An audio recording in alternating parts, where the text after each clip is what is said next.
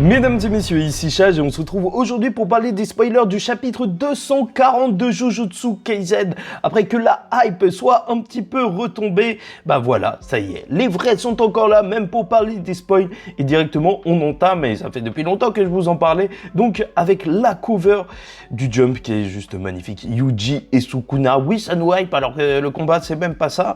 Et en plus, on voit la grande team, les lycéens, Akari, Yuta, Maki, oh, vous voyez le... Attendez, vous voyez pas le bras. Attendez, je vais changer le...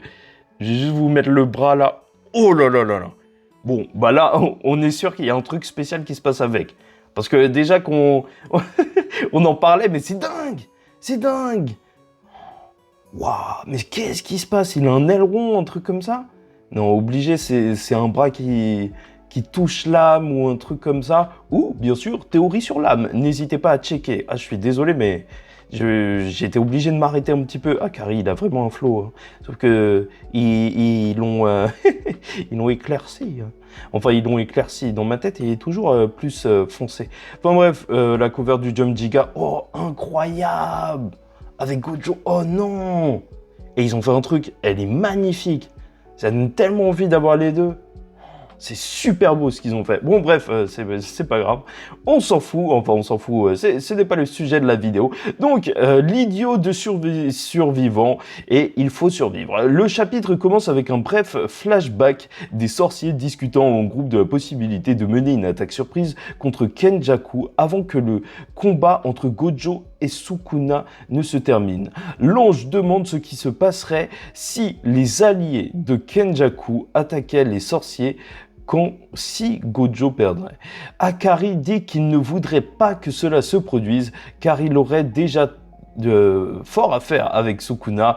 L'ange ajoute que même s'ils ne sont pas attaqués, même s'ils peinent à vaincre Sukuna, il sera difficile de faire face à Kenjaku. Ok, ouais, c'est vrai que c'est l'autre problème. Peut-être que l'ange connaît aussi Kenjaku, c'est ça le grand mystère. Parce qu'on sait que l'ange et Sukuna, ça passe pas, mais on ne sait jamais. Hein. Ça se trouve que vraiment ils faisaient partie du même groupe par le passé. Donc Kusakabe suggère qu'il pourrait prendre Kenjaku par surprise et s'en débarrasser avec l'aide de Maki, mais il ajoute que cela serait absurde de diviser leurs forces avant de combattre Sukuna. L'ange recommande alors d'envoyer Takaba contre Kenjaku. Donc c'est l'ange qui a eu cette idée de génie.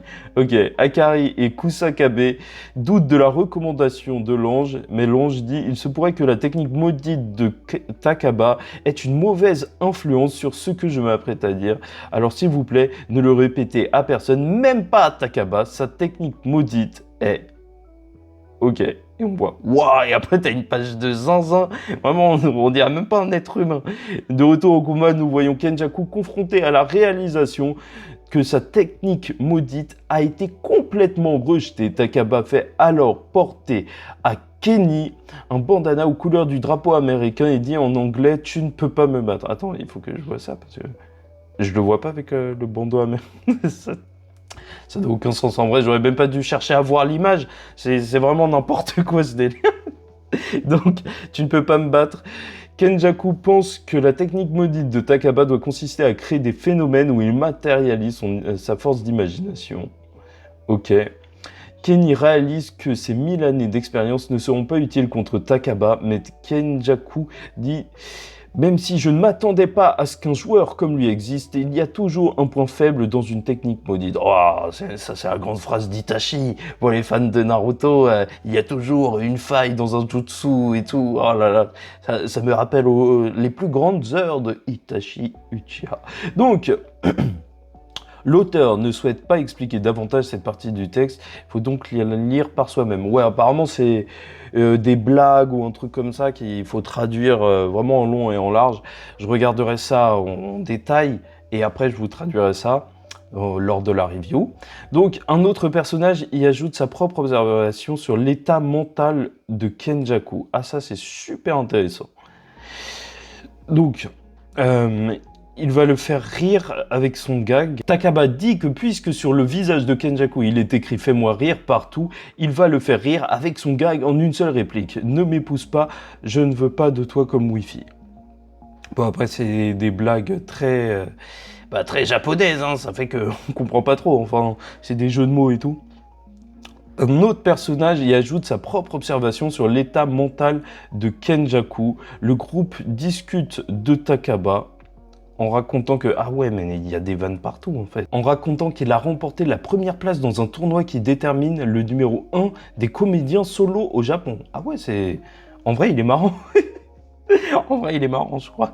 Kenjaku, finalement, lance un solide coup sur Takaba. Bon, désolé, c'est un petit peu difficile de suivre la corrélation entre ce qui est écrit et les images, que je ne comprends pas trop.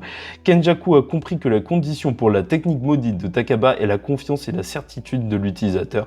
Takaba est projeté en arrière, ok, il est en train de s'envoler, mais est enragé contre Kenjaku. Il lui dit ferme-la, tu n'as même pas été sur scène avant, même si tu ne trouves pas ça drôle, ça n'a pas d'importance si les autres trouvent ça drôle. Takaba dit laisse-moi jouer un peu, tu perds si tu ris, et il fait rire Kenjaku avec un visage encore plus drôle que le sien.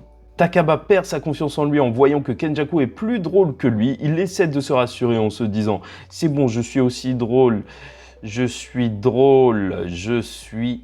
3 petits points, et là n'hésitez pas à liker ou disliker la vidéo, commenter, donnez votre avis en commentaire et abonnez-vous si vous n'êtes pas encore abonné, car on parlera chaque semaine des spoilers de Jujutsu Kaisen, même si là ils sont un petit peu particuliers, parce que le combat de Takaba veut dire blague, et blague, essayer de comprendre sa technique, mais là ça prend une autre tournure. Et il perd surtout confiance en lui alors qu'il est en train de regarder le corps sans vie de Azenoki. Et c'est vrai que là, je pense que la blague va s'arrêter. Donc Kenjaku regarde Takaba d'un air menaçant et dit « Qu'est-ce qui ne va pas? Ri, tu es comédien, n'est-ce pas ?» Takaba pense que cela n'a rien de drôle et perd sa confiance en se demandant « Attends, pourquoi suis-je même comédien? Pas de pause la semaine prochaine. » Oh non, le combat il se terminerait là. Je pense qu'il faudrait encore au moins un grand moment de Takaba, parce que sinon, ça aurait été expéditif. Et en même temps, Giga Akutami, il n'a pas envie de faire durer les trucs, et de toute manière, qui a envie de regarder un combat sur le long terme sur ça, quoi? Bon, bah voilà, c'est un chapitre pas mitigé parce qu'il est mauvais, mais c'est toujours intéressant.